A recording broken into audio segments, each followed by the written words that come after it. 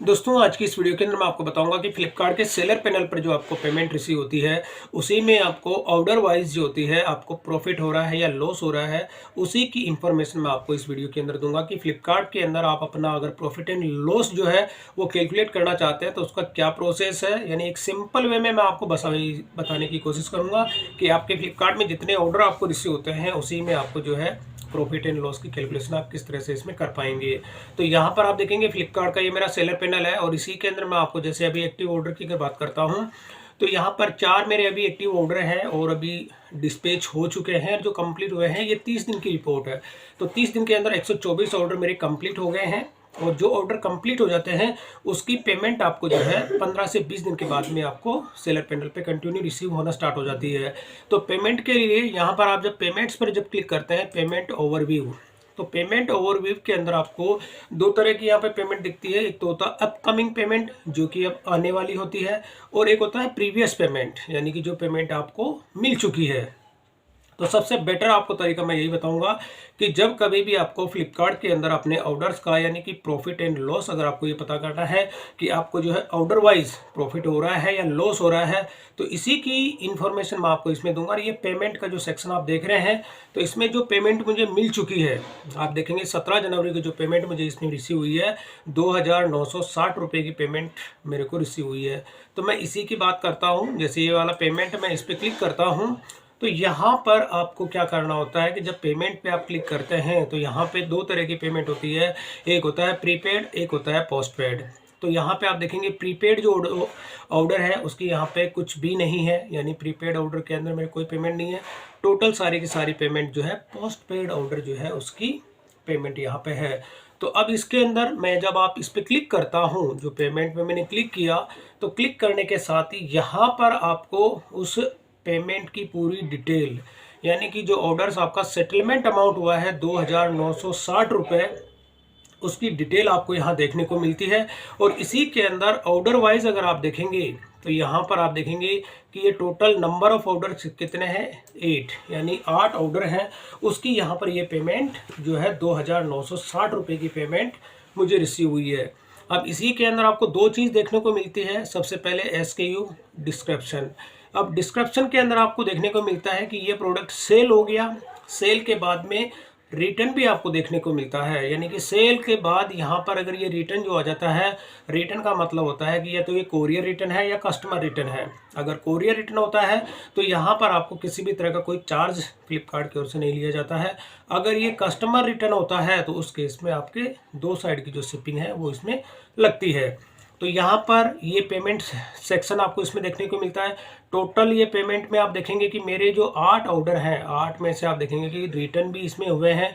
तो रिटर्न कितने हुए वो भी दिखा देता हूँ, 1 2 3, यानी इसमें से मेरे 3 रिटर्न है और 5 मेरे प्रोडक्ट जो है सेल हुए हैं। और इसी के अंदर लास्ट में जो सेटलमेंट अमाउंट होता है आप देखेंगे, अगर इसको थोड़ा सा स्क्रॉल करेंगे तो यहाँ पर आप देखेंगे सेटलमेंट अमाउंट। तो जो सेटलमेंट अमाउंट है ये अमाउंट आपको यहाँ देखने को मिलता है। तो अब ये सेटलमेंट अमाउंट है। अब आपको क्या करना है ऑर्डर वाइज, तो ऑर्डर वाइज देखने के लिए आप क्या करेंगे, यहाँ पर ऊपर एक ऑप्शन दिया गया है रिक्वेस्ट डाउनलोड का। तो जैसे मैं इस पर क्लिक करता हूँ तो यहाँ पर क्या होता है कि मैंने ये जो मेरा ऑर्डर था, यानी कि जो पेमेंट सेक्शन आप देख रहे हैं इसके अंदर, तो यहाँ पर टोटल 2,960 की पेमेंट मुझे रिसीव हुई है। अब इसी की मैंने यहाँ पे रिक्वेस्ट जो डाउनलोड की है, यानी कि मैंने डाउनलोड ये स्टेटमेंट पूरी की पूरी इसकी समरी एक्सेल फाइल के अंदर आपको देखने को मिलेगी। अब जब आप यहाँ पे डाउनलोड की रिक्वेस्ट करते हैं तो यहाँ पे आपको जाना होता है रिपोर्ट सेक्शन के अंदर, और रिपोर्ट्स के अंदर आपको यहाँ पे होता है रिपोर्ट सेंटर।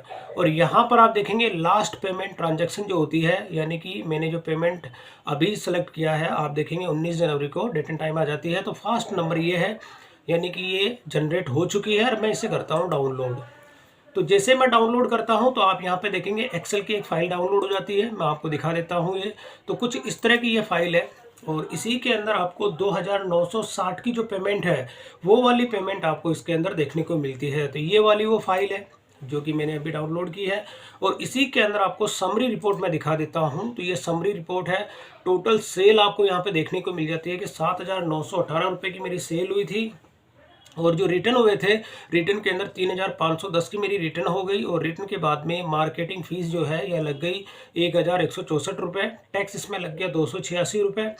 और एग्रीगेट आप देखेंगे तो टोटल यहाँ पर अब जो मेरे जो अमाउंट में सेटलमेंट हुआ, यहाँ पर आप ये वाली स्क्रो के अंदर मैं दिखा देता हूँ, तो नेट यानी बैंक में जो सेटलमेंट हुआ है 2,957 रुपये 77 पैसा, यानी अप्रॉक्स 960 रुपये, यानी 2,960 रुपये की पेमेंट जो है वो सेटलमेंट हुई है। तो अब ये जो होती है इसमें आप देखेंगे TCS है, इन्होंने डिडक्ट कर लिया इसके अंदर। और इनकम टैक्स जो होता है, यानी आप देखेंगे इसमें जो टैक्स लगता है वो भी इन्होंने डिडक्ट कर लिया, जो कि TCS होता है। और TDS भी आपके इसमें से डिडक्ट किया जाता है। तो यहाँ पर ये फाइनल अमाउंट है 2,957 रुपये। और इसी की अगर मैं डिटेल की बात करता हूँ तो ये वाला पेमेंट है, यहाँ पे इन्होंने समरी प्रोवाइड कर दी कि आपकी सेल कितनी हुई थी, सेल होने के बाद में नेट आपका जो सेटलमेंट अमाउंट हुआ था वो कितना हुआ। अब आपको यहाँ पर करते हैं ऑर्डर्स। तो जब आप ऑर्डर्स पे क्लिक करते हैं और क्लिक करने के साथ ही यहाँ पर आता है बैंक में सेटलमेंट वैल्यू, तो ये वाला है। और इसी के अंदर आप देखेंगे यहाँ पर जो 00 है, 00 का मतलब होता है कि ये सारे के सारे ऑर्डर्स जो थे आपके कोरियर रिटर्न है। अब इसमें आपको क्या करना है कि ये वाला जो कॉलम है, मैं आपको ये वाला कॉलम जो दिखा रहा हूँ, इसके अंदर बैंक के अंदर जो सेटलमेंट हुआ है इसको मैं हाईलाइट कर देता हूँ ग्रीन कलर में। अब यहीं इसी के पास में मैं एक कॉलम इंसर्ट कर लेता हूँ। अब यहाँ पर ये वाला जो कॉलम मैंने इंसर्ट किया है इसको मैं ज़रा सा येलो कलर में कर देता हूँ। तो अब यहाँ पर तो आपको क्या होता है कि कोई भी प्रोडक्ट आपका देखे हैं तो इसमें आपको जो 00 अमाउंट है इसमें तो आपको देना नहीं है क्योंकि ये कोरियर रिटर्न है। अब यहाँ पर ये वाला प्रोडक्ट है आपका, तो इसमें आपको कितना प्रॉफिट हुआ, प्रॉफिट का मतलब 624 रुपये इसमें आपको सेटलमेंट हुआ था। तो अब आपको इस ऑर्डर की डिटेल देखनी है, तो डिटेल के लिए मैं आपको दिखा देता हूँ। फ्लिपकार्ट के सेलर पैनल पे मैं चला जाता हूँ और वहीं पर मैं आपको ये दिखा देता हूँ कि जो पेमेंट की समरी मैंने आपको दिखाई थी अभी, जैसे पेमेंट ओवरव्यू, और इसी के अंदर ये वाला जो मेरा ऑर्डर था और इसी के अंदर जो सेटलमेंट अमाउंट हुआ था। अब कुछ कॉलम ऐसे होते हैं जिनको अगर आप यहाँ से हटाना चाहते हैं तो कस्टमाइज कॉलम का इसमें ऑप्शन होता है कि डिस्क्रिप्शन आप रखना चाहते हैं, ऑर्डर आईडी में हटा देता हूँ, इसमें सेल अमाउंट कितना वो इसमें रहने देता हूँ, ऑफर का, sale share, customer add on, market fees, ये सारे हटा के केवल मैं सेलेक्टेड फील्ड ही इसमें रख रहा हूँ। अब यहाँ पर आप देखेंगे कि जो 624 रुपये का जो मेरा सेटलमेंट हुआ था, यानी 624 रुपये का अमाउंट में यहाँ पे, तो ये वाला वो एल्यूमिनियम का चकला बेलन है, आप देखेंगे 624 रुपये 15 पैसा का है। तो यहाँ पर मैं अपनी यहाँ पे सेल प्राइस आपको क्या करना है, इस फाइल को मैं जैसे अभी सेव करके क्लोज कर देता हूँ। तो अब ये वाला जो अमाउंट था इसके अंदर आप देखेंगे कि ये वाला जो एल्यूमिनियम का चकला बेलन है, इसकी जो सेटलमेंट अमाउंट हुआ है 624 रुपये 15 पैसा। तो ये मेरी परचेजिंग होती है 350 रुपये की, यानी कि मैं इसको जो है 350 रुपये मेरी परचेजिंग प्राइस है। तो अब इसमें से प्रॉफिट कितना है वो भी मैं आपको इसमें दिखाऊंगा। अब यहाँ पे आप देखेंगे 180 रुपये। अब 180 रुपये का जो अमाउंट है आप इसमें देखेंगे 180 रुपये जो है, इसमें 180 रुपये का अमाउंट ये वाला ही है। इसमें ये देखिए केन ओपनर है, तो 180 रुपये का है, ये मेरी परचेजिंग प्राइस है 80 रुपये की, 80 रुपये मेरी इसमें परचेजिंग प्राइस है। और जो 155 रुपये का है इसमें आप देखेंगे 155 रुपये का सेटलमेंट हुआ है और इसकी भी वैल्यू 80 रुपीज़ है, जीरो की मैं बात नहीं कर रहा। अब 632 रुपये का जो सेटलमेंट हुआ है वो भी मैं दिखा देता हूँ। 632 रुपये का यह सेटलमेंट हुआ है, तो इसके अंदर मैं बात करता हूँ 330 रुपये जो है इसमें मेरी परचेजिंग प्राइस है। और यहाँ पर आप देखेंगे 1365 रुपये का जो सेटलमेट हुआ है, यानी कि 1365 रुपये का सेटलमेंट यहाँ पे ये रहा। यहाँ पे ये देखेंगे ये एल्यूमिनियम की बकेट है, तो इसमें जो 1365 रुपये का सेटलमेंट हुआ है, तो इसकी मैं परचेजिंग की प्राइस बात करता हूँ, तो ये मेरी 800-850 रुपये की मेरी परचेजिंग प्राइस है। तो अब यहाँ पर मैं अगर इस सबकी टोटल करता हूँ, जैसे मैंने यहाँ पे सबको टोटल किया, तो टोटल यहाँ पे आप देखेंगे कि मेरी यहाँ पे अमाउंट आ गया 2,957 रुपये का। और अगर मैं अपनी परचेजिंग प्राइस की बात करता हूँ, जो प्रोडक्ट मैंने अपनी कॉस्टिंग यहाँ पे निकाली है कि जो प्रोडक्ट मैंने भी आपको दिखाए हैं कि मैंने कितने का इसको बाई किया है और बाई करने पर मैं कितने का इसको सेल कर रहा हूँ। तो यहाँ पर आप देखेंगे कि मैं इसको जो सेल कर रहा हूँ, यानी कि यहाँ पर मैंने प्रोडक्ट 925 रुपये के मेरे टोटल प्रोडक्ट थे, जिसको कि मैंने 3,000 के अंदर सेल किया। अब यहीं पर अगर मैं अपना प्रॉफिट कैलकुलेट करता हूं तो इस अमाउंट में से मैं इस अमाउंट को लेस कर देता हूं, तो यहाँ पर आप देखेंगे मोटा मोटी मेरे को 2,000 रुपये तक का इसमें प्रॉफिट देखने को मिल रहा है। तो बैंक के सेटलमेंट के अंदर मैं ये आपको अमाउंट जो दिखा रहा हूँ बैंक के सेटलमेंट के हिसाब से दिखा रहा हूँ। अब यहीं पर अगर ये ऑर्डर जो कस्टमर रिटर्न आ जाते हैं तो उस केस में आपका ये प्रॉफिट लॉस में कन्वर्ट हो जाता है। तो यहाँ पर मैंने आपको प्रॉफिट यहाँ बता दिया कि जो प्रोडक्ट ये अभी जीरो आ रहा था, जीरो का मतलब ये कोरियर रिटर्न थे। अगर यही कस्टमर रिटर्न हो जाते हैं तो यहाँ पे मेरा जो प्रॉफिट हो रहा है वो लॉस के अंदर कन्वर्ट हो जाता है। अब इसी का मैं आपको एक एग्जांपल दिखा देता हूँ। वापस मैं पेमेंट के अंदर जाता हूँ यहाँ पे, और जो आज की डेट है, आज आप देखेंगे 19 तारीख है, और यहाँ पर जो पेमेंट आप देखते हैं तो इसके अंदर जो अमाउंट आपको दिखता है, जैसे मैं इस पर क्लिक करता हूँ तो ये नेगेटिव के अंदर दिखता है सेल रिटर्न। अब सेल रिटर्न के अंदर जैसे मैं इस पर क्लिक करता हूँ तो क्लिक करने पर आपको डिटेल्स जो है ऑर्डर की आप इसमें देखने को मिलता है कि यहाँ पर रिटर्न हुआ है, यानी दो इसमें ऑर्डर थे। दो ऑर्डर के अंदर देखेंगे कि एक यहाँ पे ब्रास की मिनी जो कढ़ाई है ये रिटर्न हो गई। अब ये रिटर्न क्या होता है कि ये कस्टमर रिटर्न है। अब कस्टमर रिटर्न है, और कस्टमर रिटर्न के केस में क्या होता है, यहाँ पर ये 654 रुपये 90 पैसा, यानी कि ये मल्टीपल है, एक नहीं दो है। यहाँ पर जब मैं इस पर डिटेल पे जैसे क्लिक करता हूँ तो आप देखेंगे क्वांटिटी यहाँ पे दो है, तो दो की क्वांटिटी थी। तो इसके अंदर ये कस्टमर रिटर्न है, तो कस्टमर रिटर्न के अंदर जो बैंक में सेटलमेंट हुआ यानी कि 654 रुपये 90 पैसा। तो इस केस में क्या होता है कि फ्लिपकार्ट ने आपके कमीशन में से, यानी आपका जो सेटलमेंट अमाउंट था उसमें से आपको जो है 654 रुपये 90 पैसे जो है इसमें से डिडक्ट किया गया था। अब यहाँ पर मैं अगर अपने प्रॉफिट एंड लॉस की बात करूँ तो 654 रुपये 90 पैसा, जैसे 654 रुपये 90 पैसा मेरे इसमें से चार्ज कट गया, यानी कि उसमें से डिडक्ट किया गया था मेरे कमीशन में से। अब इसी के अंदर एक ऑर्डर और था मेरा, तो एक ऑर्डर कौन सा था, ये वाला आप देखेंगे कि ये सुपारी कटर है, इसके अंदर सेटलमेंट हुआ है 240 रुपये का, 239 रुपये का। तो यहाँ पर ये जो सेटलमेंट हुआ है 239 रुपये का, मैं बात यहाँ पे कर देता हूँ, जैसे 239, और इसमें मेरी जो परचेजिंग प्राइस है वो है 120 रुपये का। तो 120 में से मैं अगर इसको लेस कर देता हूँ तो मेरा इसमें प्रॉफिट हो जाता है 119 रुपये का। तो यहाँ पे 119 रुपये का मेरा प्रॉफिट है, लेकिन यहाँ पे ये माइनस के अंदर आप देखेंगे कि ये 654 रुपये यहाँ पे लॉस हुआ है। तो इस केस में क्या होता है कि आपका जो प्रॉफिट ना हो के टोटल इसके अंदर लॉस होता है एक ही ऑर्डर में। तो यहाँ पर अगर मैं इस पेमेंट में से जो मेरा प्रॉफिट हुआ था इसमें से मैं इसको लेस कर देता हूँ यहाँ पे, तो टोटल मेरा प्रॉफिट अब क्या, यहाँ पे मैंने अभी इसको प्लस किया है, तो अब जैसे माइनस, यहाँ पे क्या माइनस मुझे नहीं करना था क्योंकि नेगेटिव के अंदर मैंने किया हुआ था, यहाँ पे मैं प्लस करूँगा। तो यहाँ पे मेरा क्या प्रॉफिट कम हो गया, 2000 की जगह 1300 रुपये हो गया। अब इसके अंदर 119 का जो मुझे प्रॉफिट हुआ था, 119 को मैं ऐड कर देता हूँ।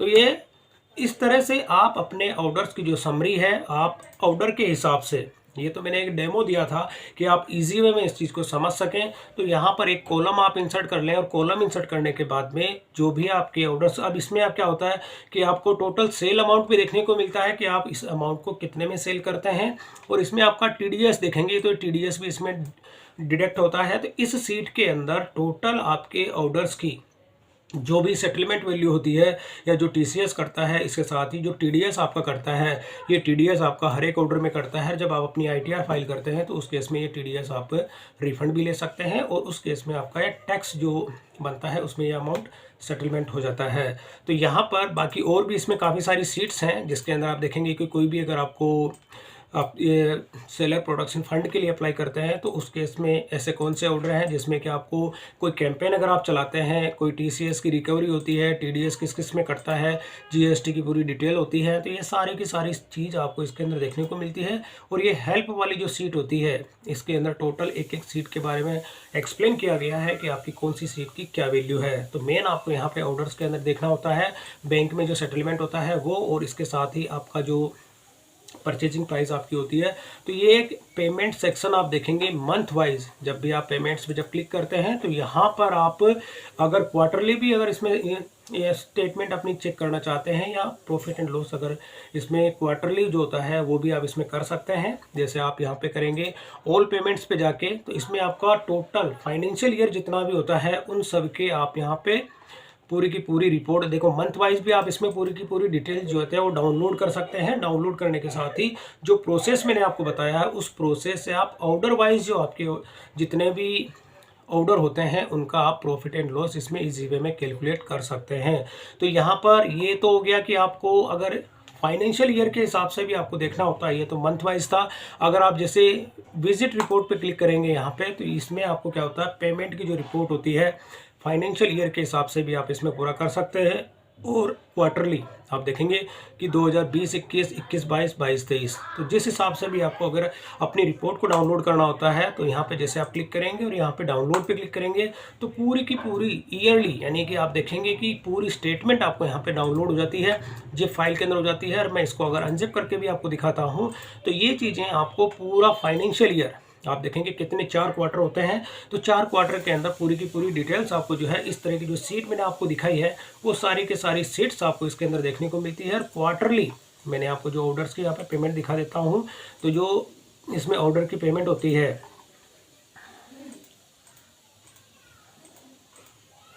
तो यहाँ पर आप देखेंगे ऑर्डर्स जो है अभी मैं दिखा देता हूँ। अभी इसके अंदर कोई भी ऑर्डर जो है अभी इसमें नहीं, तो सेकंड वाली रिपोर्ट है वो दिखा देता हूँ मैं आपको अभी।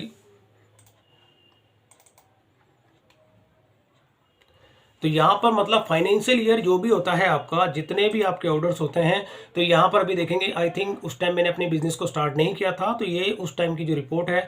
अगर इसके अलावा जैसे मैं करता हूँ यहाँ पे पूरा का पूरा ये 23-24 या 22-23 की मैं रिपोर्ट को डाउनलोड करता हूँ, तो इस रिपोर्ट के अंदर मैं आपको डाउनलोड करके दिखाऊंगा, क्योंकि उस टाइम मैंने फ्लिपकार्ट पे अपना इतना बिजनेस स्टार्ट नहीं किया था, तो इस वजह से जो है रिपोर्ट्स आपको देखने को नहीं मिल रही है। तो यहाँ पर ये वाली जो समरी है इसी के अंदर जैसे ऊपर वाली को मैं डिलीट ही कर देता हूँ ताकि कोई कन्फ्यूजन ना रहे, और इसी को मैं जो है अब अनजिप करके आपको दिखा देता हूँ। इसी के अंदर कुछ स्टेटमेंट्स जो होती हैं, यानी कि आपको ऑर्डर्स जो होते हैं आपके, उसकी स्टेटमेंट को अगर आप चेक करते हैं, जैसे फाइनेंशियल ईयर 22-23 के अंदर मैंने क्लिक करता हूँ, तो इसमें आपको जितने भी ऑर्डर यानी जो पेमेंट्स आपको रिसीव होती है ऑर्डर्स की, अगर समरी की मैं बात करता हूँ तो आप देखेंगे कि यहाँ पे इस तरह से जो समरी है आपको क्वार्टरली समरी देखने को मिल जाती है।